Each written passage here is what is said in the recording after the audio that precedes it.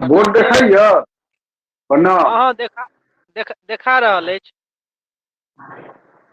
अच्छा कनी बोर्ड भऽ गेलै तऽ ऊपर कए देलकै ज्यादा। हाँ से बुझयमे आबि रहल अछि। अहाँके जते देखाइ छलियै से कनि कम देखाइ छियै। कलर से देखाइ छै ऊपर। हाँ आ बोर्ड चमकैतो ये कतौ। ओ लिखबै तखन पता चलत। जतऽ अहाँ छियै ताहि के ऊपर माथ पर कनि बायां साइड चमकैया। एतऽ ओहि के ऊपर ओहि के ठीक ऊपर। अच्छा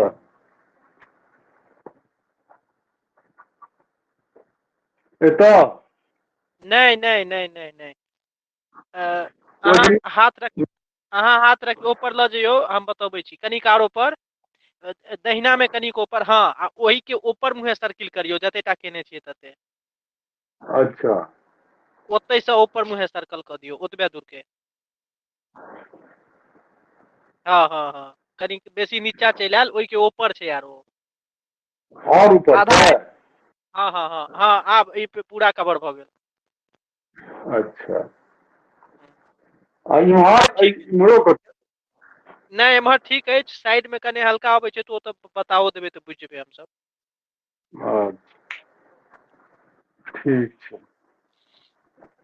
बोर्ड के कनि ऊपर कऽ देलकै ज्यादा, वएह टा। लेकिन एतऽ आवाज वाला जे प्रॉब्लम छलै, ओ राइत में जो मोटर वाला जे छलै। हाँ से एतऽ नहि हैत समस्या। ओ ठीक भऽ गेल आब। आइ चेंज केलियै। नहि काल्हे केलियै तऽ आइ हमरा छलै जे क्लास जे छै नहिये करैके, पोस्टपोन कए जे फेर कहलियै नहि जे घिचा जेतै से घिचा जेतै। हाँ तऽ हम नोट पढ़ै छलहुँ हैं, वएह दिन में जे भेजने छलियै से वला। हाँ कारण जे शिफ्ट केलाके बाद तऽ बुझिते छियै अस्त व्यस्त रहै छै पूरा। हाँ सामान तऽ भऽ जाइ छै बेसी। हाँ धनराज जी आबि गेला। धनराज जी नहीं एला है, मनीष जी एला है, आशीष जी एला है। अच्छा 2 आदमी एलहुँ हैं। 3 आदमी। 3 आदमी।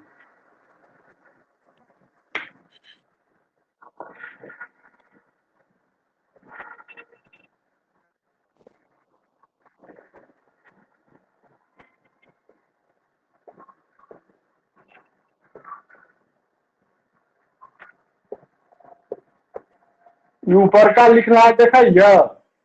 हाँ खूब बढ़िया देखा रहल अछि। आँय हाँ खूब बढ़िया देखाइया, खूब बढ़िया। अच्छा चलू एते देखैया तऽ एहिसँ नीचे हम लिखबाइन। हाँ ऊपर में ओहिसँ कनिये जे हम्म, ऊपर में कनिये खालिए रहतै 4 आंगुर 5 आंगुर तऽ की मेटा के लिख दिया। और मनीष जी वो जो मैंने स्टडी मटेरियल में भेजा है, स्टडी मटेरियल में भेजा। सर प्रणाम।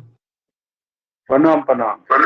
स्टडी मटेरियल देखा है सर मैंने, और वो पढ़ा भी है।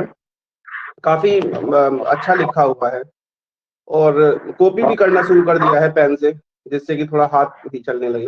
आज काफी मैंने लिखा है सर। वो हिंदी और हाँ वो वाला देखा सर मैंने, और उसमें अनुवाद भी दिया हुआ है, तो वो अच्छा रहेगा। हाँ उसमें देख लीजिए। हाँ उसको एक बार मैं देखूंगा सर। अनुवाद मैंने अभी पढ़ा है वो केवल। हाँ हाँ हाँ हिंदी में क्या बोलते हैं किया जाता है। हाँ सर। हाँ तो ये आपको आप बोलते हैं उसको। हाँ और एक फर्स्ट क्लास जो है अभी सिलेबस को समय जब भी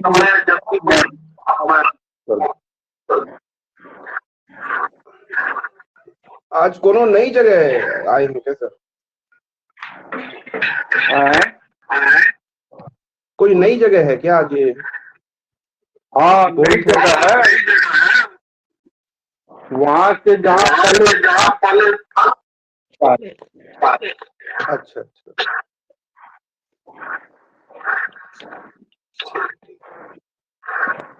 धनराज जी आबि गेला सर? आबि गेला? हाँ बुझा तऽ रहल छै। प्रणाम सर। प्रणाम प्रणाम। चलू तहन क्लास शुरू कयल जाय। तऽ ललका पाग जे छै कए गोटे किताब लेने छी आ पढ़ने छी से बताउ।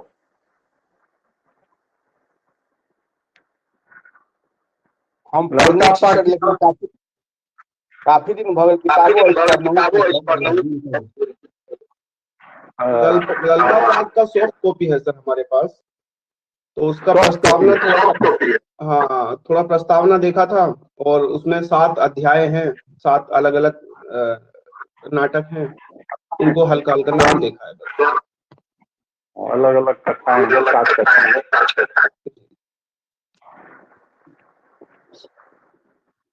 देखियो राजकमल जे छला ओ स्वातंत्रोत्तर भारत का एकटा कथाकार छला।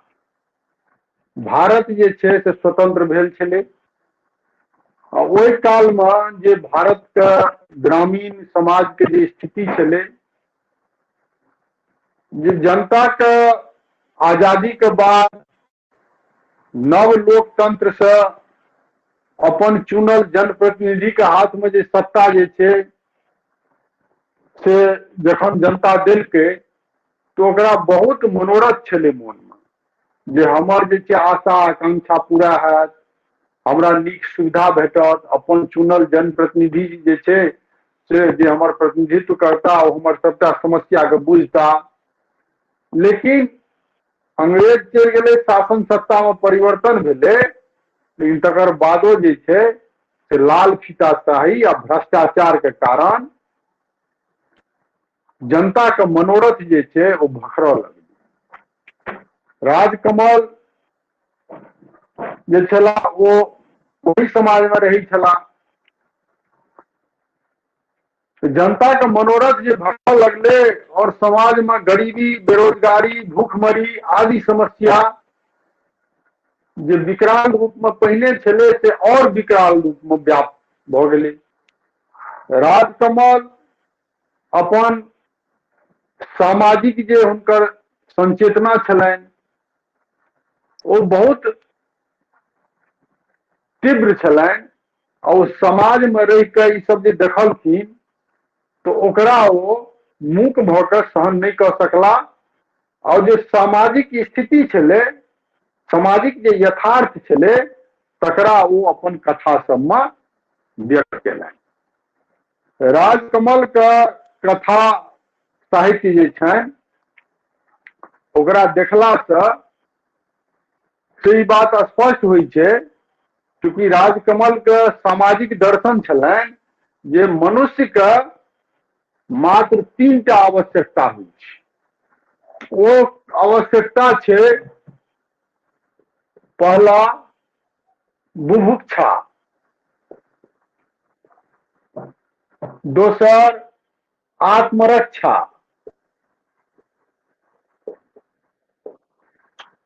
आ तेसर यौन पिपासा।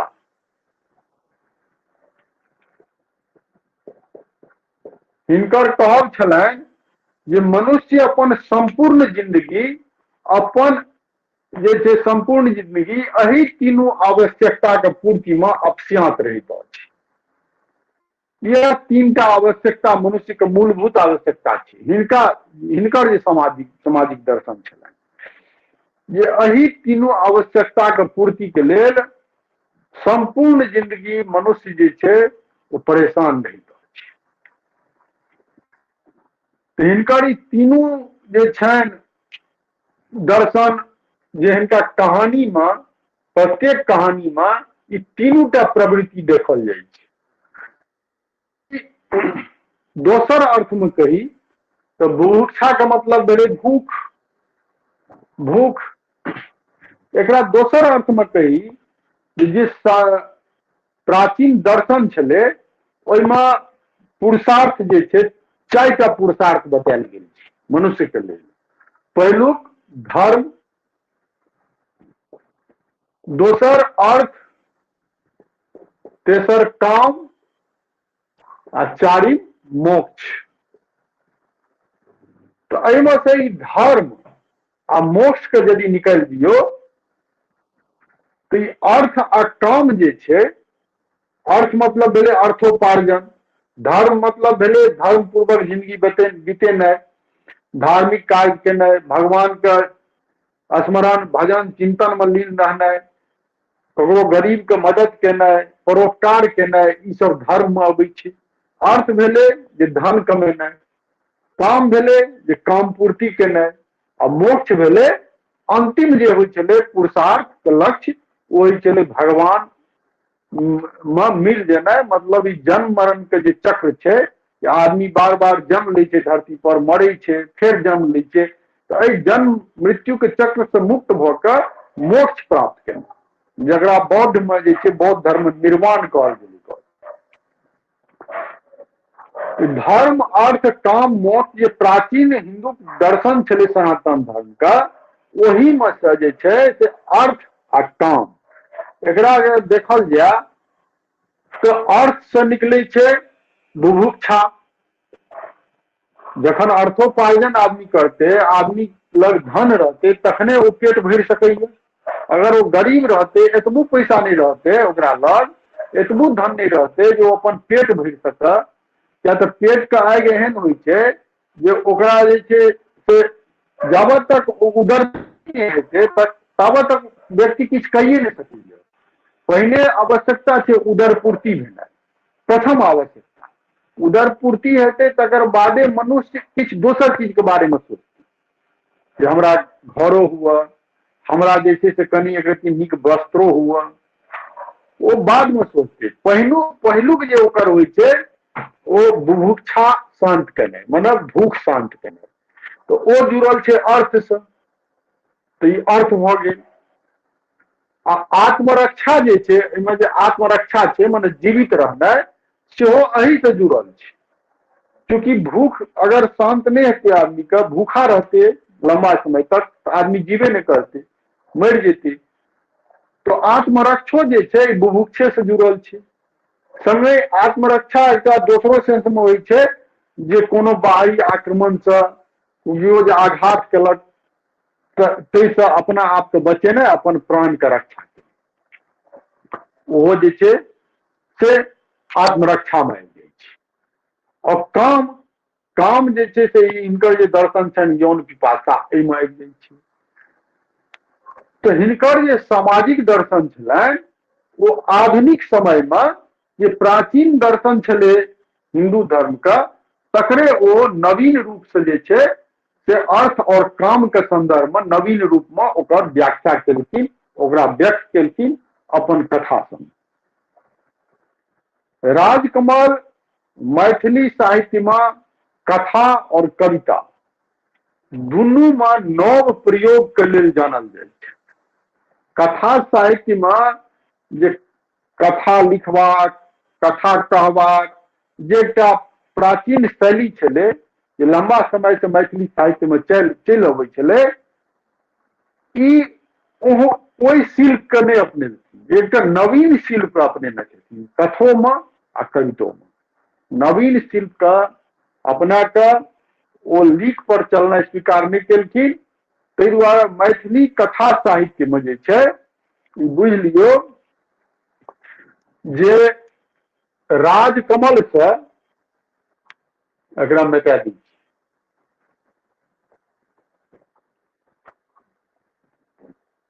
मैथिली कथा साहित्य में राजकमल से नव परिवर्तन अबै छै, एकटा नव मोड़ भेटै छै। क्या तो हिनकर जे कथा सब छनि से अभिनव ओहिमे शिल्प छै, ओहन शिल्प ओहिसँ पहिने नहीं छलै। आ यह राजकमल के जे कथा शिल्प छनि ओकरे अनुकरण करैत बाद में जे छै से 3टा और कथाकार के अनुकरण हिनके शैली पर कथा शुरू केलखिन। ओहिमे जे छै मायानंद मिश्र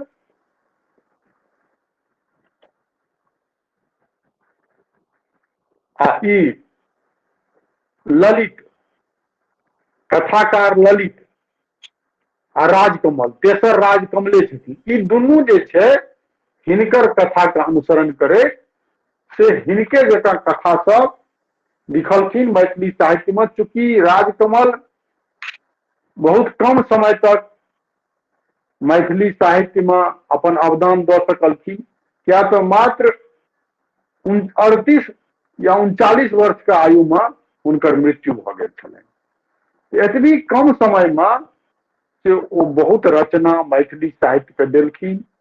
लेकिन अगर देखल जाए उपन्यासो लिखलखिन, उपन्यासों में ई नव प्रयोग केने छथिन। लेकिन मैथिली साहित्य में मूलतः एकटा कवि के रूप में नहीं, उपन्यासकार के रूप में सेहो नहीं, कथाकार के रूप में हिनका मैथिली साहित्य में मूलतः जानल गेल छै। आ मायानंद मिश्र आ ललित हिनकर बाद में एलखिन जे हिनके जे कथा साहित्य धारा रहनि, जे शैली रहनि, जे शिल्प रहनि, तकरा ई दुनू गोटे। तो राजकमल के सामाजिक जे चेतना छलनि वो बहुत तीव्र छलनि। आ जे सामाजिक स्थिति छलै स्वतंत्रता के बाद भारत में मिथिला समाज में, तकरा ओ मूक भऽ कऽ नहीं देख सकला। और ओहि सबटा जे हुनकर आसपास जे घटना घटित होइत रहनि तकरा ओ अपन कथा में व्यक्त केलथि। आ कहबे केलहुँ जे हिनकर कथा के 3टा मूलभूत प्रवृत्ति छै, बुभुक्षा, आत्मरक्षा आ यौन पिपासा। लेकिन जे मूल प्रवृत्ति हिनकर कथा सब में छै तकर जतेक जे छै ओकर अभिव्यक्ति हिनकर कथा के स्त्री पात्र के द्वारा हुई छै, ओते पुरुष पात्र के द्वारा नहीं। हिनकर कथा में स्त्री चरित्र सब जे छै ओ मुख्य रही छै, या तो ई नारी विमर्श के प्रश्रय देलखिन अपन कथा सब में। हिनकर कथा के से स्त्री चरित्र सब जे छै से ओ मुखर छै, संगे संग ओ अंधकार से और अंधकारे दिस कियाक नहीं हुआ, वो बढ़ैत धरि अवश्य छै। अंधकार से और अंधकार दिस जरूर छै, लेकिन ओकरा ओ गतिमान रहै छै, ओ निश्चेष्ट नहीं रहै छै। लेकिन पुरुष पात्र सब जे छनि हिनकर कथा के ओ निश्चेष्ट रहै छै, ओ गतिहीन रहै छै, ओ कामलोलुप छै, संकल्पहीन छै और शिखंडी छै। शिखंडियों के संज्ञा ओकरा देल जा सकै छै पुरुष पात्र सबके। लेकिन स्त्री पात्र सब संगे ई बात नहीं छै। अन्हार से और अंधारे दिस कियाक नहीं हुआ, वो स्त्री पात्र सब बढ़ैत रहै छै, गतिमान रहै छै और मुखर रहै छै।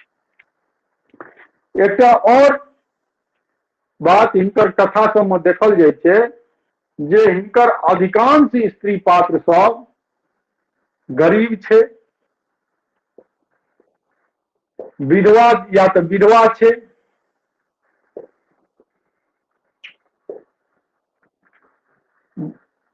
रोगग्रस्त छै,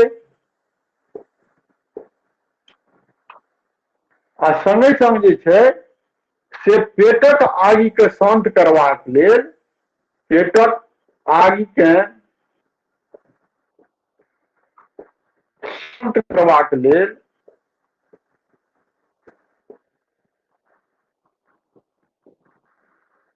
पतनक पंख में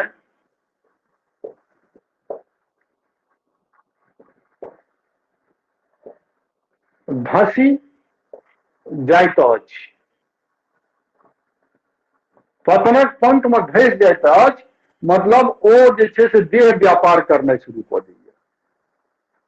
हिनकर कथा सब में अधिकांश जे स्त्री चरित्र सब छनि ओ पतनक पंख मांत में धंस जाय छै, गरीब छै, बहुत गरीब, विधवा छै, आ लाचारी बस, वो लाचारी बस जे छै से ओ देह विचार करी छै।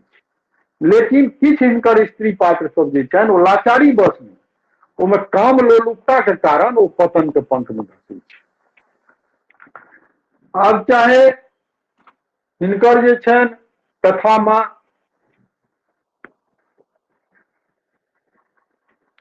आकाश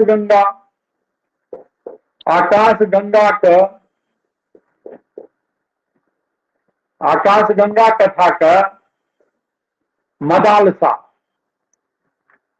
जे विवेकानंद चौधरी के स्त्री थिके, मदालसा विवेकानंद चौधरी जे जमींदार छथिन हुनकर ई स्त्री थिके। ई मदालसा जे छै से अपन पति के छोड़ के ओ भाग जाइ छै घर से। ओकर बाद घड़ी कथा के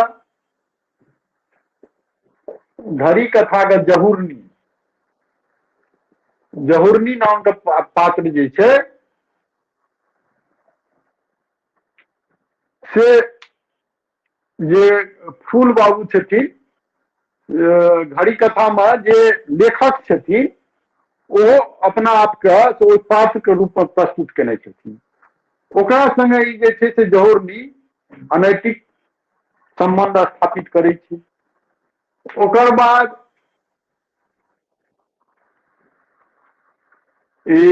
सहस्त्र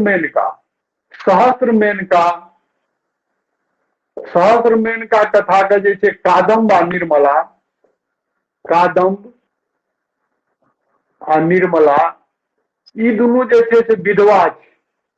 ई दुनू विधवा छै, ताहि दुआरे वैधव्य के कारण एकरा पर सामाजिक लांछन लगायल जाइ छै। ई दुनू जे छै से रोगग्रस्त सेहो छै आ बहुत दुखी अवस्था में छै। ओकर बाद जे छै से एकटा कथा और छै दोनों विधवा छै सर, जे पढ़ने दमयंती हरण। दमयंती हरण में जे छै दमयंती के माय से गामक जे छै धनिक व्यक्ति रघुनाथ पाठक ओकरा संगे शारीरिक संबंध स्थापित करे छै। ओहि कारण जे छै ओकर पुत्री दमयंती ओकरो पर लांछन लगायल जाइ छै। साझर दाज के जे भौजी छै ओहो शारीरिक संबंध जे छै अनैतिक शारीरिक संबंध स्थापित करे छै। आ साझर गाछ में जे मुख्य पात्र छथि पुरुष पात्र, हुनकर जे पत्नी छथिन ओ आगि में झरक के मरि जाइ छै। एवं प्रकारे हिनकर कथा के जतेक लगभग हर कथा के स्त्री पात्र जे छै ओ पतनशील छै, गरीबी आ वैधव्य से ग्रस्त छै, सामाजिक लांछन से पीड़ित छै और पतनक गर्त में ओ संज्ञा दै छै। राजकमल के कथा में एहि प्रकारे से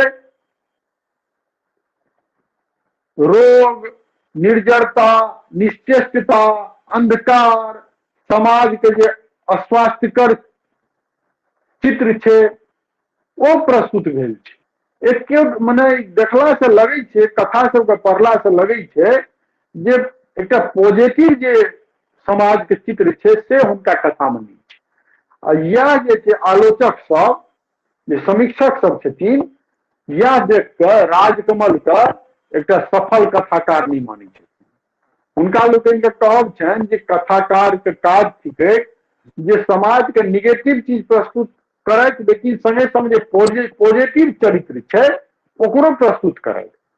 या तो पाठक जहन ओ पॉजिटिव चरित्र के पढ़तै या कोनो सकारात्मक बात जे छै, जेना प्रोफेसर हरिमोहन झा या यात्री जी, ओ नकारात्मक चित्र देलखिन लेकिन ओकर संगे जे छै से ओ रास्ता सेहो देखेलखिन। जेना यात्री जी जे छै से जे वृद्ध विवाह छलै समाज में, जे बालिका के वृद्ध संगे विवाह कऽ देल जाइ छलै, ओकर पारो नाम का अपन उपन्यास में, नहीं पारो ने, ई उनकर दोसर उपन्यास जे छै, जेमा वाचस्पति मिश्र युवक छै आ ओ विशेषरी के विवाह होय वाला छै वृद्ध अनिरुद्ध बाबू संगे, आ ओ नवयुवक वृंद जे छै से ठाढ़ होइ छै आ कहै छै नहि वृद्ध संगे विवाह नहि हेतै, ओकरा जे छै वाचस्पति मिश्र ओहि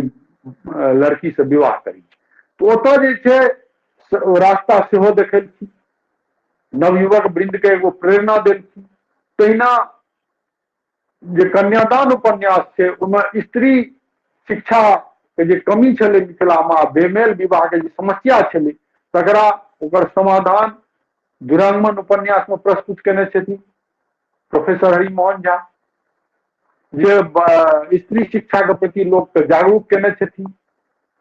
लेकिन हिनकर कथा सब जे छै ओहिमे निगेटिविटी ज्यादा छै और कोनो एकटा नव बात ओ अपना कथा में नहीं देखबै छथिन। ताहि दुआरे आचार्य रमानाथ झा कहै छथिन जे ओ केवल जे छै से रूढ़ी और जे निगेटिविटी छलै तकरा विरुद्ध विद्रोह करैत रहला, जे समाजक स्वस्थ चित्र छै, जे आलोक छै एकटा, तकर से आलोकित ओहि आलोक से हिनकर कथा सब कतौ नहीं अछि, अंधकार पसरल छै हिनकर कथा सब। तो ये आरोप जे छै हिनका पर लगायल जाइ छै। एहि पर प्रश्न जे छै सेहो आबि सकैया या आयलो छै जे राजकमल कथा के से मूल्यांकन करू, हुनकर कथा में जे चरित्र अछि तकरा सबके देखैत के मूल्यांकन करू। ओतऽ ई बात जे छै से अहाँके राखऽ पड़त, जिससे आलोचक सबके समीक्षक सबके की मत छै। लेकिन एकटा छात्र के रूप में से अहाँके ई बात लिखनाइ यऽ, परंतु सूक्ष्म दृष्टि से यदि अवलोकन करी तो ई ज्ञात होइत अछि जे चूंकि राजकमल एकटा समाज में रही वाला, चूंकि साहित्य जे छै समाज के दर्पण होइ छै आ राजकमल सामाजिक प्राणी छलाह, समाज में रहै छलाह आ हुनकर सामाजिक चेतना बहुत तीव्र छलनि, ताहि दुआरे जे सामाजिक यथार्थ छै तकरा ओ निर्भीकता पूर्वक अपन कथा में व्यक्त केलनि। दोसर जे बात जे प्रवृत्ति के चर्चा ओ अपन कथा सब में करै छथि, जे भूख, आत्मरक्षा और यौन पिपासा, ई तीनू प्रवृत्ति जे छै से आधुनिक समय में, वर्तमान समय में और बेसी तीव्र रूप से मनुष्य में देखल जाइत अछि। और मनुष्य जे छै भूख के शांति मतलब अर्थोपार्जन करबाक लेल से आन्हर भेल रहैत अछि। ओहि काल में दोसर के गला कटै से सेहो परहेज नहीं करैत अछि।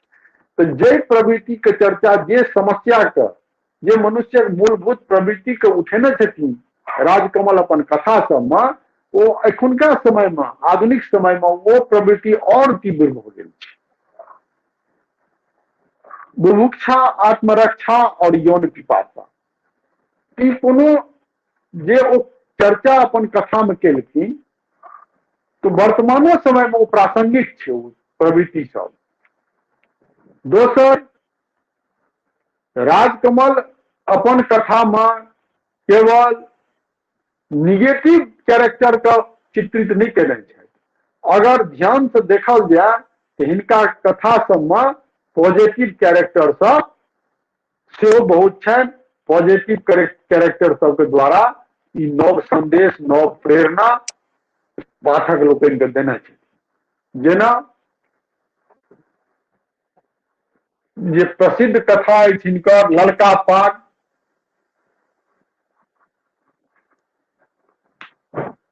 ललका पाग के तीरू,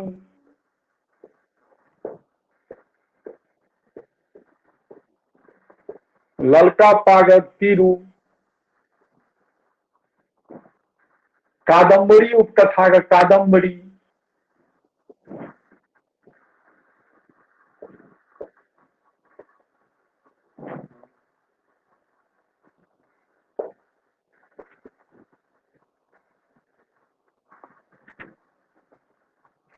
आकाश गंगा का अन्नपूर्णा,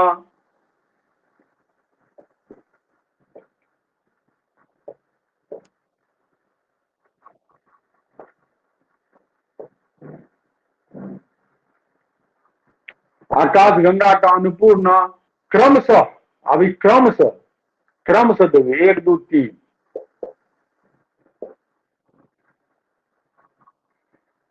अपन धैर्य, सहन शक्ति और पति के सुखक खातिर अपन सुख के तिलांजलि देबाक कारण और विपरीत परिस्थिति से साहस पूर्वक मुकाबला करबाक कारण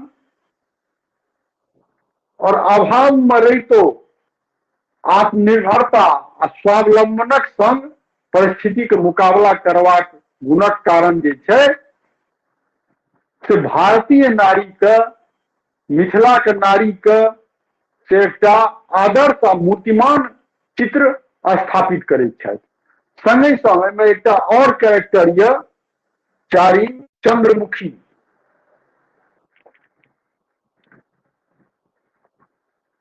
ई घड़ी कथा के उल्टा भ गेल, पहले कथा के नाम लिख दो, घड़ी कथा के चंद्रमुखी। अब ई कैरेक्टर सब जे छै इहो तो सबटा स्त्रीय पात्र छी। अब ललका पात्र के तीरू, ई तीरू जे छै बस ई कनी गोर नहीं छै ओते, अब बहुत ज्यादा पढ़ल लिखल नहीं छै, बस एकरा कनी स्वभाव एकर जे छै सरल छै, सरल स्वभाव, जे मुंह में आयल ओकरा व्यक्त कऽ देलक, बाजि देलक। एकर पति जे छै ओ ख्वाब देखै छै जे खूब पढ़ल लिखल हमरा भेटतै, जे ओकरा डांस अबैत रहितै, ओकरा गाना अबैत रहितै, ओकरा ओ गायन वादन सब चीज अबैत रहितै आ ओ फर्राटेदार अंग्रेजी बजितै, से एकरा में गुण नहीं छै। ताहि दुआरे ओकर पति जे छै से ओकर अवहेलना करै छै, ओकरा तिरस्कार करै छै। लेकिन एते तक कि ओकरा घर कहियो नहीं जाइ छै, सालक साल बीतैत रहे छै, कहियो ओकरा से नहीं बात करे छै, नहीं ओकरा घर जाइ छै। लेकिन एते भेला के बावजूदो ई तीरू जे छै सबटा सहनशीलता पूर्वक ओकरा बर्दाश्त करे छै और रोज अपन पति के जे पाग छै, जो विवाह काल में ओकर पति पहिरने छले, रोज ऊपर फूल माला चढ़बै छै, ओकर पूजा करे छै। अगर पति जखन कहै छै जे हम एकटा दोसर लड़की से विवाह करब तो ओ ओकरा आंख में नोर भरि जाइ छै, लेकिन वो कहै छै जे ठीक छै, अहीं के सुख में तो हमरो सुख ये, जे अहाँ के सिहात तै में हम तैयार छी। तो ई जे कैरेक्टर छै तीरू के, ई की छै? त्याग, समर्पण, पति के सुख के कारण अपन सुखक तिलांजलि, सहनशीलता, विवेकशीलता, ई जे छै दर्शाबै छै। कादम्बरी उपकथा कादम्बरी जे छै वो एकटा विधवा छै, और विधवा छै लेकिन दोसर के दुख के ओ देख नहीं सकैया। केओ जे दुखी छै तो ओकरा जे छै भरपूर सहायता करै छै। आसपास के जे गरीब बच्चा सब छै तकरा ओ पढ़बै छै, तकरा शिक्षा दै छै। एते तक कि ओकरा घर में जे काज करे वाला नौकरानी छै ओ प्रसव वेदना से पीड़ित रही छै, ओकरा अंगना में काज करे लगे छै, प्रसव वेदना से पीड़ित भ जाय छै तो तुरंत ओकरा से सहायता करे छै। लेकिन एकरा पर विधवा रहबा के कारण एते दयालु छै, एतेक एकरा में नीक जे छै से गुण सब छै, लेकिन विधवा रहला कारण एकरा पर लांछन लगायल जाइ छै, डाइन के, एकरा डाइन कहल जाइ छै। एकर दियादनी जे छै से एकरा डाइन कहै छै, समाज एकरा डाइन कहै छै। लेकिन तैयो ओ अपन नीक गुण जे छै एकरा में, जे दोसर के सहायता करबाक गुण, जे दयालुपन छै, तकरा ई छोड़े नहीं छै। ओकर बाद आकाश गंगा का अन्नपूर्णा, ई अन्नपूर्णा जे छै सेहो आर्थिक स्थिति एकर बहुत खराब छै। एकर पति के देहांत भ जाइ छै, लेकिन एकर पुत्र के नाम छियै अशोक। वो अशोक जहन बीमार भ जाइ छै तो ई विवेकानंद ठाकुर के बेटी छियै जे कि जमींदार छथिन, ओ अबै छै आ ई चूंकि विवेकानंद ठाकुर के सहमति से विवाह नहीं केने रहे छै, ताहि दुआरे विवेकानंद ठाकुर एकरा त्याग देने रहे छै। ओ जहन अबै छै जे अशोक के हम इलाज करा देबै, अहाँ किया तऽ ओ कहै छै नहीं, अहाँके हमरा सहायता के जरूरत नहीं है, हम अशोक के इलाज करा लेब। तो ई आत्मनिर्भरता का स्वावलंबन के जे गुण छै एकरा में, ओ गुण जे एकटा कैरेक्टर छै स्त्री के, तो एकटा ओहि चरित्र के से दर्शाबै छै।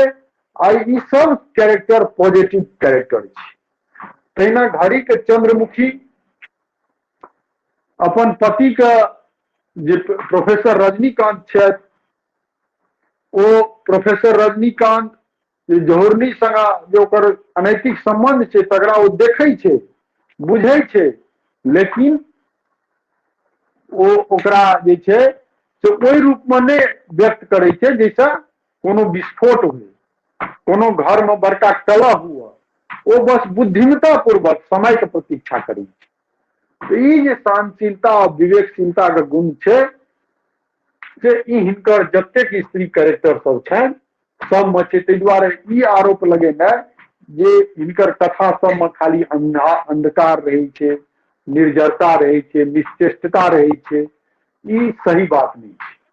या तो समाज के जे पॉजिटिव कैरेक्टर छै, जे प्रेरणास्पद चरित्र छै, तकरो ई अपन कथा सब में व्यक्त केने छथिन।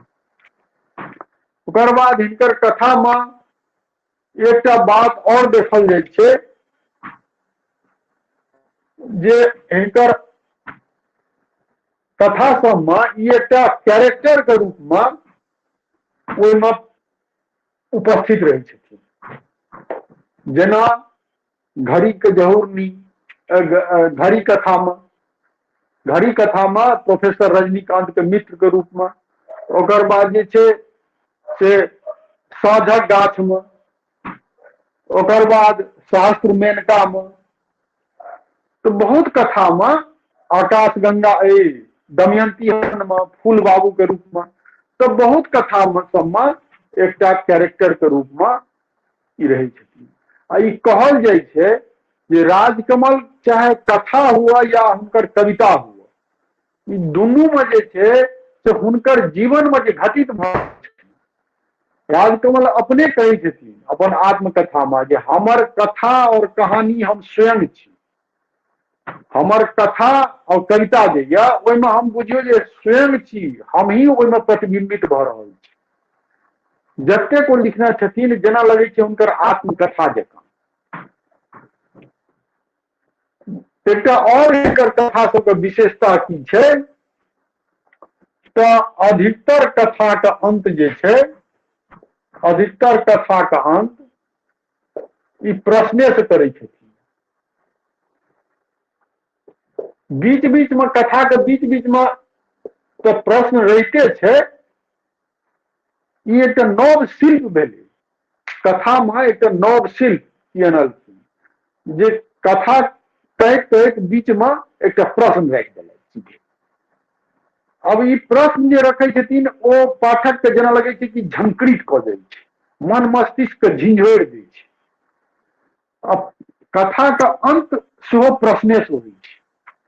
एहिके पाछू हिनकर उद्देश्य ई छनि जे पाठक केवल कथा पढ़बे टा नहीं करत, मनोरंजनार्थ कियो हिनकर कथा के खाली पढ़ि के छुट्टी नहीं पाबि सकैया।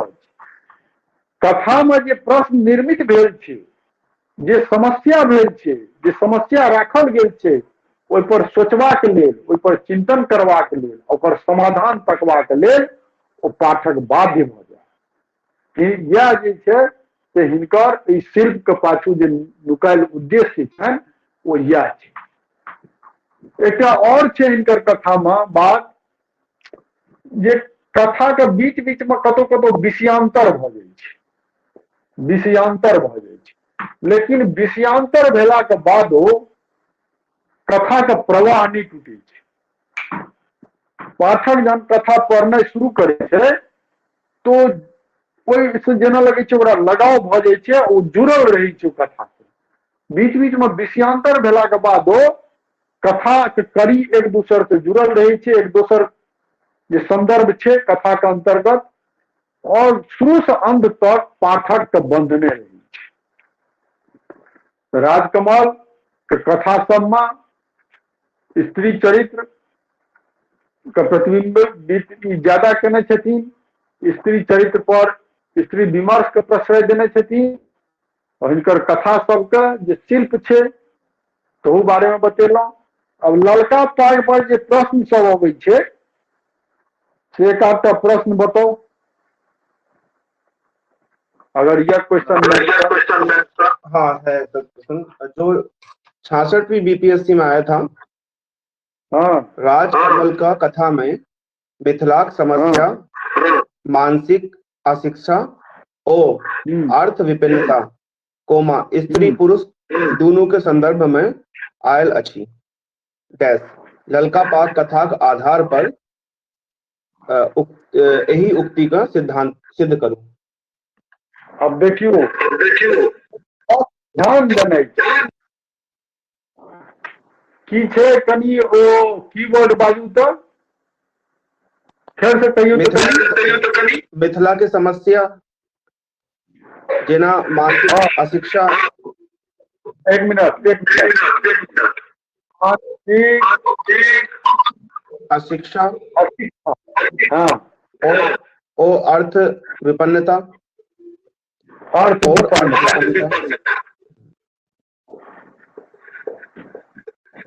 कोमा स्त्री पुरुष दोनों के संदर्भ में आयल अछि।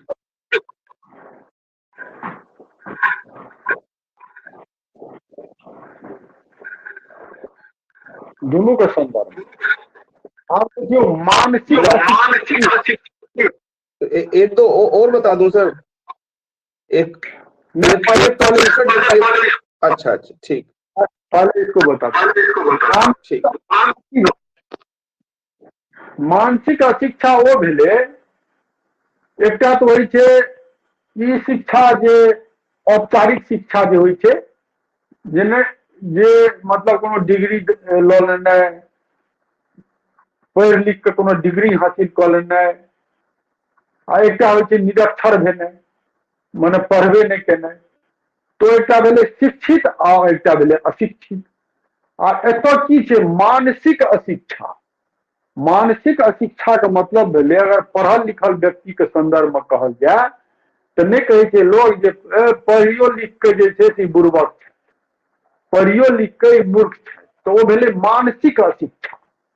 पढ़ल लिखल तो छे लेकिन जे ओकरा में बुद्धि विवेक हेबाक चाही, जे कोनो विपरीत परिस्थिति में पड़ी या कोनो एहन समस्या आबि जाए तो तैयो गलत रास्ता के नहीं चुने छे, ओ विवेक पूर्वक ओकर मुकाबला करे छे, अपन सही पथ को नहीं। आ कतेक जे छे से कमो पढ़ल लिखल रहे छे, मूर्खो रहे छे, तो ओ जे धर्मक आचरण ये तकरा अपने विवेकपूर्ण निर्णय ले। तो विवेक अलग चीज। तो मानसिक अशिक्षा तो वही संदर्भ में छे। हिनकर कथा के जे छे पुरुष पात्र सब, स्त्री पात्र सब, पुरुष पात्र तो अधिकतर जे छे वो तबे केलौं काम लोलुप छे, संकल्पहीन छे, आ वो जे छे से शिखंडी के चरित्र छे ओकर कोनो एकटा कैरेक्टर जे हेबाक चाही से छैहे, तो वो भेले मानसिक अशिक्षा। आ स्त्री चरित्र सब जे छनि हिनकर, ओहो विपरीत परिस्थिति से घबरा जाय छै, पेट के भूख से घबरा जाय छै, पतन के पंख में ओ धंस जाय छै। तो इस समाजक जे मानसिक अशिक्षा, अर्थ विपन्नता तो छै ने इनकर कथा में, गरीबी आ गरीबीए के कारण वो काज करी छे। तो गरीबी और समस्या भेले, अर्थ विपन्नता एक समस्या भेले, आ ओइसे वो घबरा के वो गलत रास्ता चुन ले छे। आ पुरुष पात्र सब अगर वो अर्थ विपन्न नहियो छे तो मानसिक अशिक्षा के कारण वो गलत रास्ता पर चले छे। ओ कामलोलुपता के अपनाबै छै। जेना प्रोफेसर रजनीकांत के लऽ लिअ। प्रोफेसर रजनीकांत एक पढ़ल लिखल व्यक्ति छथिन, प्रोफेसर छथिन, लेकिन ओ जहुरनी संग अनैतिक संबंध स्थापित करै छथिन। रामगंजक धनिक व्यक्ति रघुनाथ पाठक ओ अनैतिक संबंध स्थापित करै छथिन। तो जतेक जे तकरा अपन कथा में राजकमल व्यक्त केलखिन अछि। तो मानसिक अशिक्षा खाली शब्द पर ध्यान देनाइ छै आ सबटा छै ओ कथे में, सब बात कथा में छै। कहलो ना कथानक पर आधारित छै, प्रश्न सब कथानक पर आधारित छै। और शिल्प हेतै तो शिल्प के बात रखने छै, नहीं तो अधिकतर क्वेश्चन सब कथानक पर आधारित छै। बस यह बात के लिख देनाइ छै विस्तार पूर्वक जे मानसिक अशिक्षा अर्थ विपन्नता के कारण स्त्री पुरुष चरित्र सब जे छै हिनकर, लेकिन वो बात रखने छै जे समाजक जे यथार्थ यह छलै, ओहि समय में समाज यथार्थ यह छलै। एखनो वर्तमानो समय में समाज ऐसे जे छै से एखनो समाज में ई प्रवृत्ति छै, एकरे बस रखने छै विस्तार के। तो प्रश्न की छैहे नहीं, और प्रश्न बाजू दोसर प्रश्न। दोसर 64 बीपीएससी में आया था, राजकमल चौधरी कीवर्ड छे एक रसिक शिल्पी कथाकार छथि। बस ठीक है, एक रसिक शिल्पी कथाकार छथि, युक्ति युक्त विवेचना करू। जो क्वेश्चन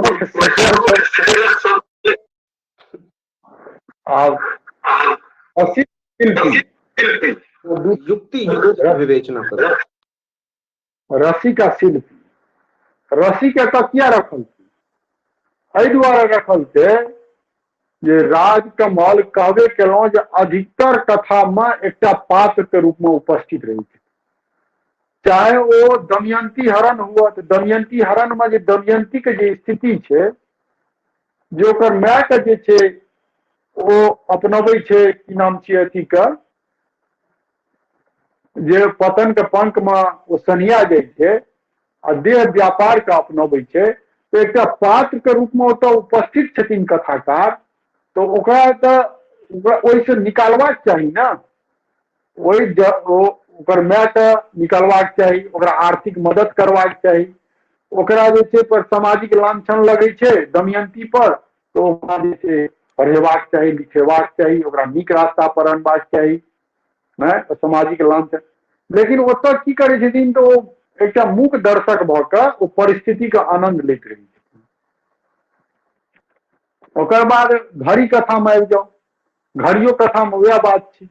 तो रसिक शिल्पी ताहि दुआरे कहल गेल रसिक शिल्पी। ओना राजकमल के जे जीवन अहाँ पढ़बनि तो हुनकर जे छै से मने स्त्री के प्रति हुनका आकर्षण छलनि, सिगरेट आ यौन पिपासा हुनकर दूटा कहल गेलनि। से ने कहलहुँ जे कथा पढ़ियो या कविता पढ़ियो, राजकमल स्वयं कहै छथिन जे अपन कथा में हम स्वयं प्रतिबिंबित छी। और मात्र 38 या 39 वर्ष में हुनकर जे छै ओ एकटा विवाह केने छलखिन, फिर दोसर विवाह केलखिन, फिर वो 3-4टा महिला संगे हुनकर जे छै संबंध छलनि। ओहि से बुझि सकै छी तो कथो समस्या बात छै। कथाकार एक साहित्यकार के रूप में हुनकर जरूर बहुत महान छथि, और जहन हुनकर मृत्यु भऽ गेलनि तो मैथिली साहित्य में चूंकि हुनकर बहुत देन छनि, कथा में, नव शिल्प के प्रयोग में, कविता में जे छै नव कविता आनलखिन ओ। लेकिन एक व्यक्तित्व के रूप में, हालांकि हिंदियों में लिखलखिन, हिंदियों में जे छै से बहुत रास रचना केने छथिन, मैथिलियों में केलखिन, हिंदियो साहित्य में तो हुनकर एक अलग पहचान छनि। एक व्यक्तित्व के रूप में ई जे बात छनि हुनकर कैरेक्टर में, वो कनी एक निगेटिविटी आनी छै। तो वो बात सब छात्र के रूप में अहाँ के नहीं लिखना है, वो बात सब अलग चीज छियै। ओकरा राजकमल के जखन जीवनी पढ़बै तखन ओहिमे बात और स्पष्ट होइ छै ई सब। लेकिन रसिक शिल्पी जखन कहलकै तऽ ई बात ओहिमे लिखनाइ छै जे राजकमल जे छै अधिकतर कथामे तऽ छलाह ओतऽ ओ ई कऽ सकै छलाह, लेकिन ई प्रश्न जे छै कनि छै विवादास्पद। क्या तऽ ई बात यदि 2-4 लाइन अहाँ लिखबै तऽ ई कनि विवाद उत्पन्न करै छै, तऽ एहि टाइपके प्रश्नसँ कनि बचबाक कोशिश करबाक चाही।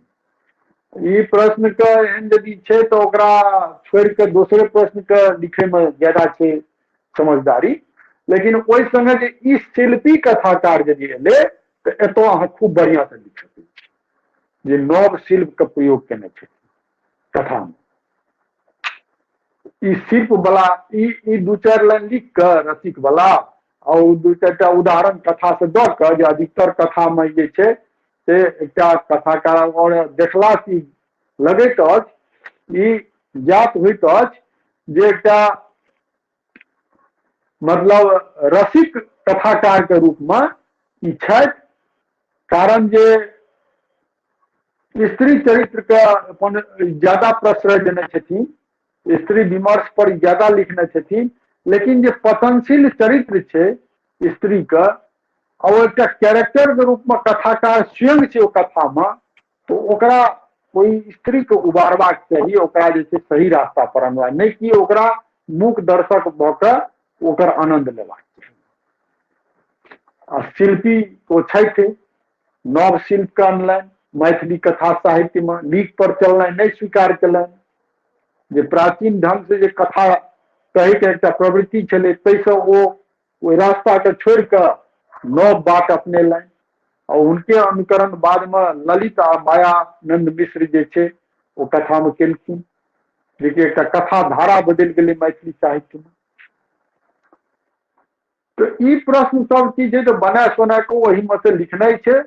रसिक शिल्पी कथाकार के ओहिना हेतै आंसर, ओ सबटा कथे सब जे छै ओही में छै ओकर आंसर। लेकिन और प्रश्न जे पूछने छै जे ललका पाग का आधार पर से वो हुनकर कथा शिल्प से परिचय कर, तो ओहिमे जतेक बात कहलहुँ कथा शिल्प में सब आबि जेतै। जे ओ हुनकर ओहिमे समाजक यथार्थ जे छै से प्रतिबिंबित छै, स्त्री के जे पतनशील चरित्र छै ओ छै, पुरुष के चरित्र केहन छै, तहन ओ कथा में कतऽ कतऽ नव प्रयोग केने छथिन। हुनकर कथा में पॉजिटिविटी सेहो छै, पॉजिटिव कैरेक्टर के सेहो आनने छथिन, ओ सबटा बात ओहिमे आबि जेतै। आ एकटा पूछि देने छलै 53वीं 55वीं में एहन क्वेश्चन जे नहीं लागल, ओहिमे पूछने छलै जे काम अथी नहीं हो तो हुनकर कोन कथा में काम वाला बात नहीं छै, वो तो सब कथा में छै। तो एहन एहन क्वेश्चन जे रहते 53वीं 55वीं के यदि यह क्वेश्चन मांगे तो बाजू तो क्वेश्चन।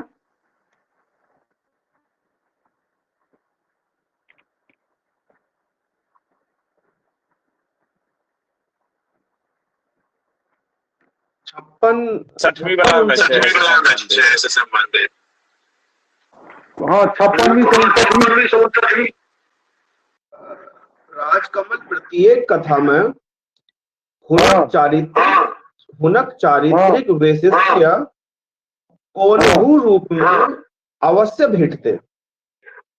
हुनक चारित्रिक वैशिष्ट्य कोनहु रूप में अवश्य भेटते, परिचय कराओ। पूरा बात कहलो ना जे राजकमल के कथा सब में हुनकर चारित्रिक वैशिष्ट्य कोनो ने कोनो रूप में अवश्य भेटत, परिचय कर अवश्य। अब प्रश्न का आंसर सबटा ओ सातो कथा में छै, सातो कथे में छै। जे सीक्रेट से यौन धैर्य हुनकर एकेटा छलनि जे ओ जे छै ई समाज के मूलभूत प्रवृत्ति के काम पिपासा ओ जरूर कहलखिन, लेकिन वो अपन कैरेक्टर के रूप में वो जे छथिन अथी सब में हुनकर एकोटा कथा में ये ललका पाग के तीरू के छोड़ि दियौ, किछु कथा के छोड़ि दियौ, ओकर बाद जतेक छै कथा ई साँझक गाछ में साँझक गाछ में से हुनकर ओ लिखै छथिन जे पत्नी जे छै झरकि कऽ मरि जाइ छै, आ हुनकर अपन पत्नी जे रहनि ओहो मरि जाइ छै वास्तविक रूपमे। तखन ओ फेर दोसर विवाह करै छथिन। तो पत्नी जे मरै छै तऽ पत्नी संगे हिनका झगड़ा भऽ जाइ छनि, झगड़ा रहै छनि। तो वह बात जे छै साँझक गाछ में वो रखलखिन हँ। आ ई राजकमल से बौआइत रहलखिन, जावा ही रहलखिन सचिवालय में जे छै, पटना सचिवालय में इनका नौकरी भेल रहनि, वो नौकरी के छोड़ि देलखिन। फिर चलि गेलखिन ओतऽ मसूरी, मसूरी में बहुत दिन रहलखिन। ओतऽ जे छै एकटा से हुनका संबंध भऽ गेलनि। फिर बंगाल में बहुत दिन रहलखिन। तो कहै छथिन एकटा समीक्षक जे राजकमल अपन समूचा जिंदगी बौआइत रहला, आ हुनका पर से अभियोग लगैत रहलनि, आ ओ अभियोग आ दोष के से माथ पर लेना से ओ सौंसे बौआइत रहला। अंत में दुखांत हुनकर जे छै से मृत्यु होइ छै। तो ई बात जे छै चारित्रिक वैशिष्ट हुनकर कोनो ने कोनो रूप में हुनकर कथा, चूंकि पात्र के रूप में ओ छथिन कथा सब, चाहे घड़ी कथा लऽ लिअ, सहस्त्र मेनका लऽ लिअ, तो सहस्त्र मेनका में कादम्ब आ निर्मला जे छै ककरो मने कोनो कैरेक्टर के रूप में जहन कथाकार उपस्थित, ओतऽ तऽ समस्या के अहाँ रखलिए, लेकिन ओकरा फिर ओकर निवारण केना हेतै, ओकरा फिर अहाँ देखेबै ने जे ओकर निवारण केना भेलै। ओ विधवा छै, ओकरा पर लांछन लागि रहल छै, तऽ फिर ओकरा किछु से सब ओतऽ साइलेंट छथिन। ताहि दुआरे आचार्य रमानाथ झा कहै छथिन जे ओ रूढ़ि के विरुद्ध जे छै हमेशा विद्रोह करैत रहला, ओकर अलावा ओ किछु नहीं केला। सर प्रश्न का क्वेश्चन छै हाँ कि राजकमल चौधरी के अधिकांश कथा में शारीरिक सीमा के स्पर्श करनिहार काम वासना के चर्चा नहीं हो, संयुक्त प्रतिपादन करू। संयुक्त प्रतिपादन करू। अधिकांश कथा में कोन कथा में छै, कोन कथा में छै से बताओ जे काम वासना वाला बात नहीं छै। जी एक आधटा कथा के यदि छोड़ दिए, जेना कि कादम्बरी उपकथा छै, कादम्बरी उपकथा में से नहीं छै कतौ। ओकर बाद ललका पाग के तीरू में नहीं छै, डायरेक्ट रूप में नहीं छै, इनडायरेक्ट रूप में तो छै। ओकर अलावा और कोन कथा छै, सब कथा में तो छैहे।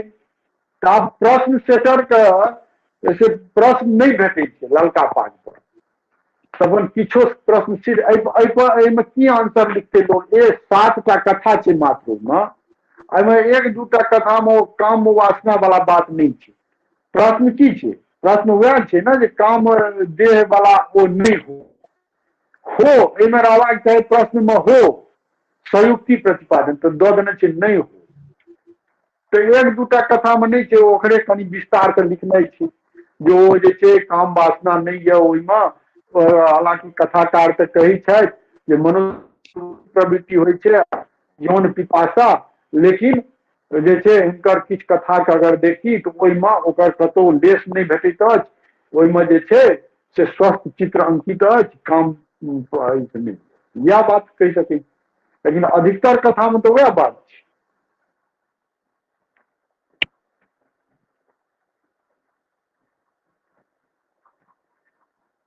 एहिमे जे छै अहिना आंसर लिखायत, अहिना आंसर लिखनाइ छै, बुझ गेलियै। लेकिन एकटा बढ़िया क्वेश्चन छै सर, हाँ एकटा बढ़िया क्वेश्चन ई छै कि राजकमलक कथाक नारी में मिथिलाक आदर्श, संस्कार, त्याग, समर्पणक भाव अभिव्यक्त भेल अछि। एहि कथनक आलोचना मत प्रकट करू। हाँ एकर आंसर तो हम पहिनैये अहाँके बता देलहुँ जे नारी के प्रेरणास्पद चरित्र, मिथिला नारी के जे त्याग समर्पण के भावना आर्थिक विपन्नता के झेलैत अपन जे छै स्वावलंबन आत्मनिर्भरता के भावना, सहनशीलता के भावना चंद्रमुखी के रूप में। ओकर बाद जे छै से कादम्बरी उपकथा के कादम्बरी के रूप में विपरीत परिस्थिति के निर्भीकता पूर्वक मुकाबला करे के गुण, जे मिथिला समाज के जे नारी के गुण सब छै से हुनकर एहि चरित्र सब में झलकै छै। बस एकरे विस्तार से लिख देने जे एहिमे तीरू जे अछि से एना एना ओ पति हुनकर एना करै छनि तऽ ओ तैयो विद्रोह नहि करै छथिन, ओ पति के सुख के लेल अपन ओहिना क्रमबद्ध ढंग से हुनकर कथा सब में जे छै वो लिख देने छै जे प्रेरणास्पद स्त्री चरित्र छै। आ ओकर बाद इहो बात रखनाइ छै जे हुनकर कथाकार के रूप में जे आरोप लगायल जाइ छनि हुनका पर जे हुनकर अधिकांश स्त्री चरित्र पतनशील अछि, अन्हार दिस बढ़ैत अछि, से प्रयुक्त चरित्र के अगर देखै छी तऽ ई बात जे छै से निर्मूल सिद्ध भऽ जाइत अछि। ओ चूंकि सामाजिक रूप से ओ बहुत हुनका में चेतना जे छलनि से तीव्र छलनि, तऽ समाजक जे यथार्थ छलै तकरा ओ रखलखिन निर्भीकता पूर्वक, लेकिन संगे संग समाज के जे मिथिला समाज के जे प्रेरणास्पद स्त्री चरित्र छै तकरो ओ रखलखिन आ समाज के एकटा नव दिशा देबाक लेल से ओ चेष्टा केलखिन। बस एकटा और सेम क्वेश्चन छै सर। हाँ देखियो ई सब प्रश्न एकटा बात बुझ लियो, ई सब प्रश्न जे छै ना से अहाँके मौका दैया जे अहाँके एक्सप्रेशन क्षमता केहन यऽ, अहाँके लेखन शैली केहन यऽ। ई सबटा के अहाँ किछु प्रश्न जे होइ छै ओहिमे ज्यादा अहाँ लिखिए नहि सकै छी, अपन जे अहाँके लेखन शैली यऽ, जे अभिव्यक्ति शैली यऽ, प्रस्तुतिकरण यऽ, ओहिमे ज्यादा अहाँ नहीं कह सकै छी प्रयोग। लेकिन ई सब प्रश्न जे छै ओहिमे सीधा सीधी अहाँ पर आबि जाइए क्वेश्चन, चूंकि अहाँ बात तऽ सबटा बुझै छियै लेकिन ओकरा प्रस्तुत केना करबै ई आबि जाइ छै स्टूडेंट पर। तो ओकरा प्रस्तुत करे में एको रती घबरेनाइ नहीं छै एग्जामिनेशन हॉल में, बस सारा बात के सोचनाइ छै। नहीं हुआ तो प्रश्न के एक बेर दू बेर पढ़ला के बाद पहिनैयो बतेने रहूं जे ओहिमे ज्यादा समय नहीं लगे छै, 1 आध मिनट के समय लगे छै। स्ट्रक्चर बना लियो, लिख लियो जे एतऽ से हम शुरू करब, पहिने भूमिका लिखब, 2 लाइन में भूमिका लिखब, ओकरा बाद ई देबै ई देबै ई देबै ई देबै ई देबै ई देबै, अंत में आबि के निष्कर्ष में एतऽ लिख देबै। बस वही लाइन पर पूरा क्वेश्चन का आंसर लिख देना। जे पूछब बस वही परिधि में, आलतू फालतू बात नहीं, जत्ते पूछल के बस वही परिधि में सबटा लिखना।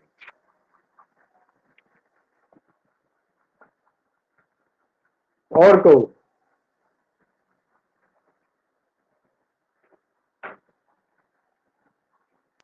आ नहीं तो आब छोड़ दियो, सबटा बात तो बताइए देलहुं। और इनमें हाँ कोनो सर, अगर कोनो आई दिक्कत सर हुआ, कोनो समस्या हुआ तो फोन से पूछ लेब हमरा। ठीक छै? ठीक छै सर।